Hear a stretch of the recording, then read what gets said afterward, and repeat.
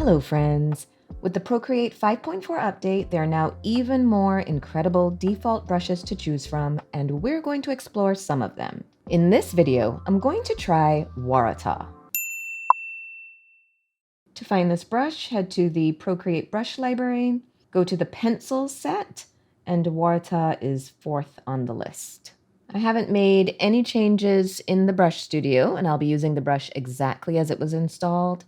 And I have my canvas set to 3000 pixels square at 300 dpi. Let's first take a look at the brush behaviors. I'm going to draw 3 strokes at different sizes, starting with a really small stroke and a medium size and the largest size. Not surprisingly, there isn't a huge range in sizes here. You know, traditional pencils don't really come in a whole lot of sizes, so that makes sense. There is a very small taper on this brush, and it looks like there's also some pressure sensitivity. The stroke size didn't shift much when I increased pressure, but the value is definitely much lighter here at the start of the stroke. Let's see.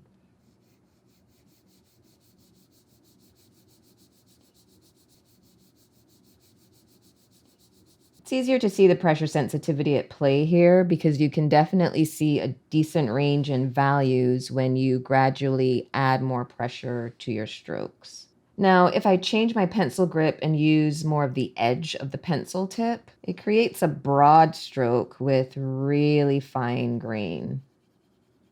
You can also get a nice range in values even when using a loose grip like this.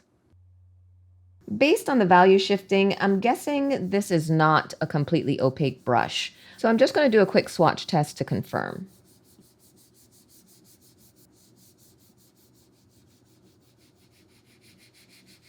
So the coverage is decent, even light over dark. Covers fairly well, but there is some of that color still showing through. Even here, you can see a little of that yellow beneath the blue. So yes, there is some transparency here. Now, I doubt the smudge tool will do much in this brush, but let's test it to see. I already see that it's set to a really low opacity by default.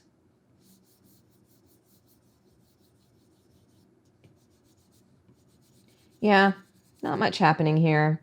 It's just kind of making a muddy mess. By the way, if you'd like to use this same process for testing your brushes, I made a brush testing worksheet for you. There's a link in the description for the free download. All right, let's see how this brush works with an actual sketch.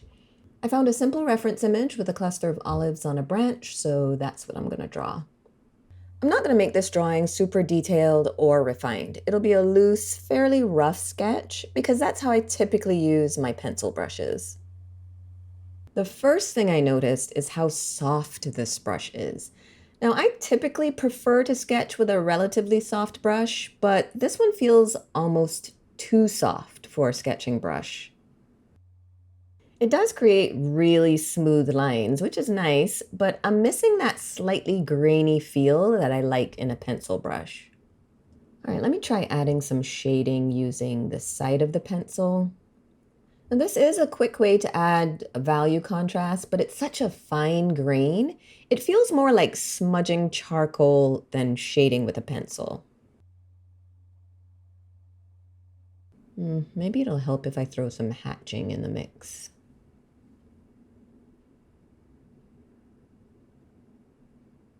Now, with the brush at a smaller size, you do get a sharper point, for lack of a better term, and a much deeper value, so it's a bit easier to add finer details at this size.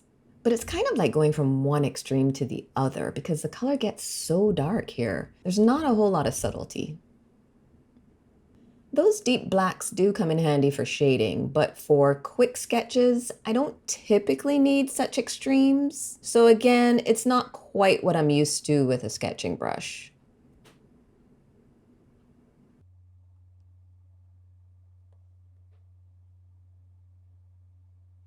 All right, so what do I think of Waratah? It's not my favorite, at least not for a sketching pencil. I think maybe this is meant to be more like a charcoal pencil, perhaps. Like I mentioned, it's really soft and you get those ultra rich blacks and the shading feels a bit smudgy. And all of that would be great if you want more of a charcoal look, but that's not quite what I was looking for. I prefer a sketching pencil to have a slightly coarser grain and to sit somewhere in the middle when it comes to range and values. Now I drew this sketch again in color to see if I would be happier with the results, and I actually do prefer it.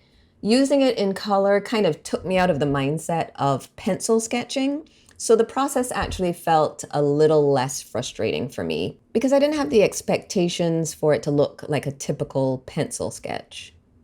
Overall, I don't think it's a bad brush. It just would not be my personal go-to for pencil sketching.